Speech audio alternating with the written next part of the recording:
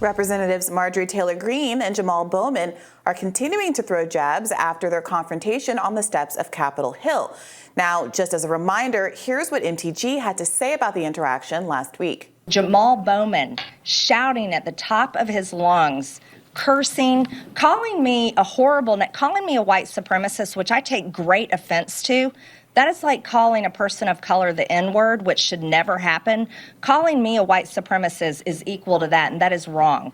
Yelling, shouting, raising his voice. He has aggressive, his physical mannerisms are aggressive, and he just recently shoved Thomas Massie just outside the House chamber. I think there's a lot of concern about Jamaal Bowman. So, and I am concerned about it. I feel threatened by him. Bowman has responded to Marjorie Taylor Greene on MSNBC. Let's watch that.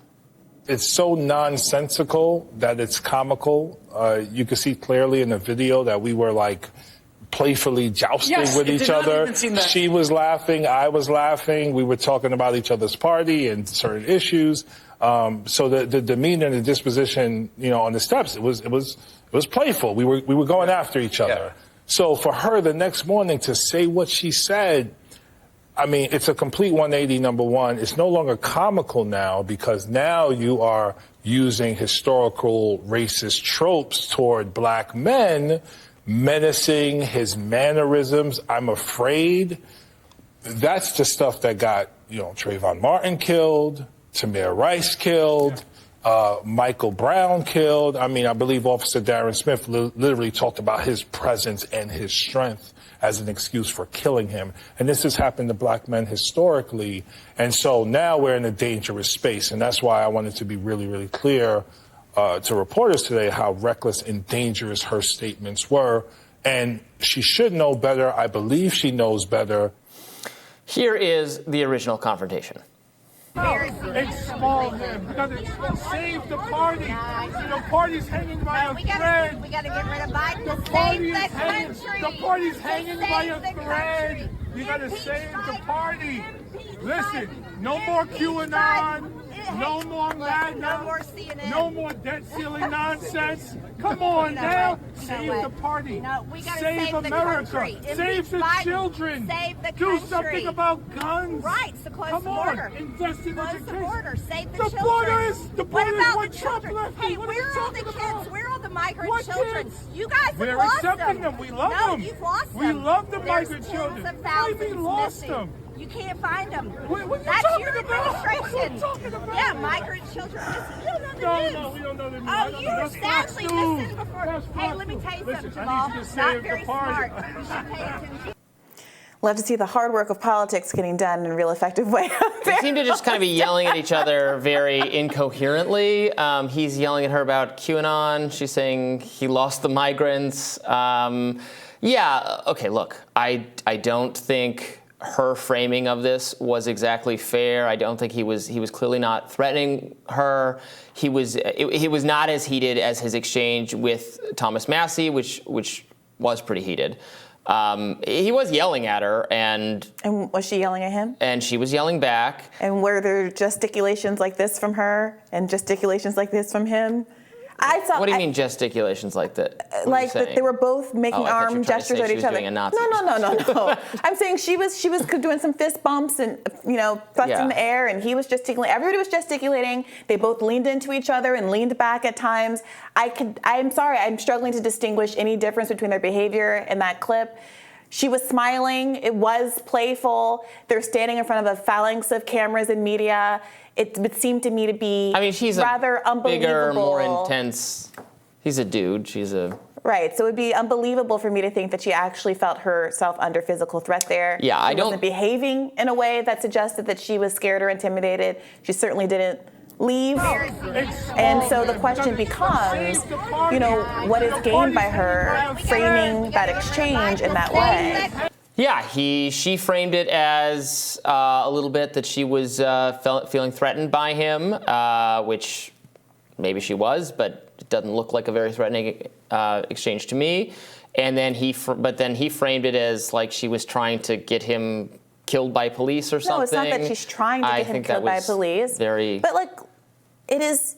true what he said, that the characterization of black men, regardless of their size, frankly, or how intimidating they actually are outside of people having the belief that people with dark skin are naturally violent and aggressive and stupid and threatening, and all the ways that polls demonstrate that most people do, or not most people, but many people do feel that way, leads police and others to engage with them in ways that would not engage with other people and to perceive the threat level as higher than they were in other people. He specifically brought up Tamir Rice, who was a 12-year-old with a toy gun in a park, not doing anything that violates the law. Somebody called the police on him because they perceived him to be an adult with a real gun in a way that there's some question if that they would have, one, made the police call in the first place, and two, if the police would have arrived on the scene and shot a white 12-year-old child in 2 seconds in the same way. They very well we can go back and we can say, yes, this absolutely would have happened, absolutely would have happened. But you talk to the police after these incidents and they tell on themselves, just like he said in the case of George Floyd, where he was described, I forget exactly what it was, but in these kind of like beast-like terms that are used to justify the subjective fear of the person who has killed the black individual.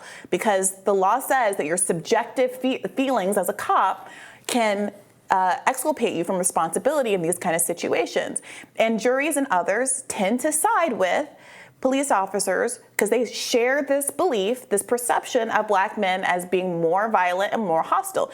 Now, you even kind of said this to yourself in the clip. Well, he's a big guy. He's towering over. Okay, so if the fact that you're bigger means you can't behave in the exact same way as somebody else and have an argument and have a playfulness and move your arms back and forth. It's more the male-female dynamic here, not a white-black dynamic, I think, is the key. Look, you can't convince people if they don't want to see things, but a lot of the country experiences this and feels it very viscerally. And I don't know what to tell people. I don't really have the energy. I don't have the interest in arguing it. The reality, I think it belies reality.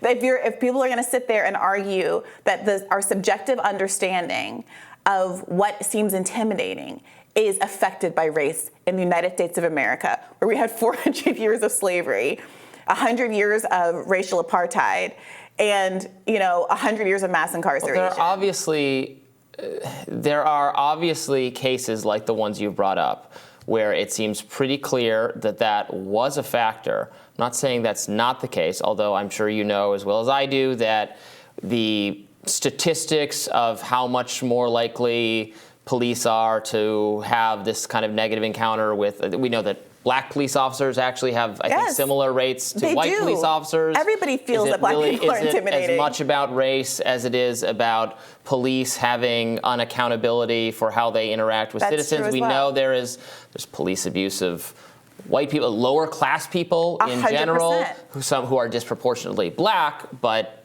all of that is going on. That's absolutely true. So here's the thing. If I were being called a white supremacist, and regardless of if you agree with this trope, I think it's very well known as a trope that black men are characterized as violent and thuggish and threatening in context where they can be sitting there. I mean, how many cases do we have? The police were called on those 4 black guys having a Starbucks coffee a couple of years ago. I know, I'm just saying. None of that. We need robust statistical. All I'm saying is, knowing that's a trope, you can think that those stories are ginned up by the media and that it's not fair and that it's misrepresented and all of that stuff. But knowing that is a trope, the choice to go ahead after smiling and laughing with Jamaal Bowman to go on TV and then deploy that trope when we have camera evidence that you were smiling and not giving any evidence of being intimidated on the scene is a choice. And all I'm saying is that's not a choice that's going to quell people's perceptions of you as someone who, if not a white supremacist, is engaging in white supremacist tropes. I don't think that's helping her argument. So if she had an issue with Jamaal Bowman substantively, if she felt fearful at the time, I think she should have erased that issue at the time. But the way this has played out, I don't think is very good optics for Marjorie Taylor Greene if she wants to beat some of these accusations, whether you think they are fair or not, of embracing white supremacist ideology or being a white supremacist herself. I think they're both members of Congress. They should both have a little bit of a thicker skin. They're there to debate actual ideas, not to hopefully yell at each other in the most unproductive way on the steps of the Capitol. They were having a very unproductive exchange. That she was kind of put off by it or claims to have been put by it, I think is not a good look for her because, sorry, that's your job. You have to endure people talking at you aggressively, I guess. And but I also didn't like his turn as the kind of making it the way he made it, and woe is me. It looks bad to my mind for both of them, but. So if she deploys, whether or not it's intended this way, but if she deploys what is in fact a classic trope, whether or not you think it's real or not, if she deploys a classic trope that stigmatizes black men as disproportionately threatening, you think it's his obligation to say nothing about it? I mean, he called her a white supremacist or a white nationalist or whatever he said before she did that. Well, to be clear also, he didn't call her a white supremacist. That's been flubbed a little bit. I want to pull up the exact words that he actually used. Well, maybe we can come back to it or someone can put it in my ear. But the point of the matter is, I think that it looks like to me like he's looking for a starring role in the resistance or in the guy feuding with Republicans camp. I think that's true, and I said this when we covered this last week, that there is a way that he is clearly courting a certain kind of media coverage, and he's bombastic in a way that I don't think is actually helpful to progressive interests or potentially even especially productive to his own kind of like professional trajectory. I think that all of that is true. But, I mean, this chicken and the egg thing is a little ridiculous. This again reminds me of the Elon Musk stuff. If someone calls you something or calls someone else something, like let's say a shooter, a white supremacist, a swastika-bearing Nazi, self-identified Nazi, and suddenly a lot of people are coming to their defense saying, oh, it couldn't be a Nazi who did this. You have to start to ask the question, why are you defending this guy? No one's even making an analogy between you and this person. No one's trying to lump you in with his ideology. But now that you are trying to run cover for this person, it starts to feel suspicious. Why do you care? How does it affect you negatively if someone who's a Nazi is perceived to have done something like this? Now, I think that you shouldn't call people white supremacists unless you have substantial proof. Like, I don't know, a giant swastika tattoo on your chest. Never mind. Okay, but now you're talking about a different thing, not the Marjorie Taylor Greene situation. I can accept that the word is being overused and that Jamaal Bowman did so inappropriately. If you have concerns about specific things that she said and done, I think that you should bring those up and make an argument for why you think they were appropriate or racially motivated or et cetera. I do think that he made a case for why her deploying that trope was racially motivated, and I think that that's fair. We'll have more Rising right after this. Stay with us.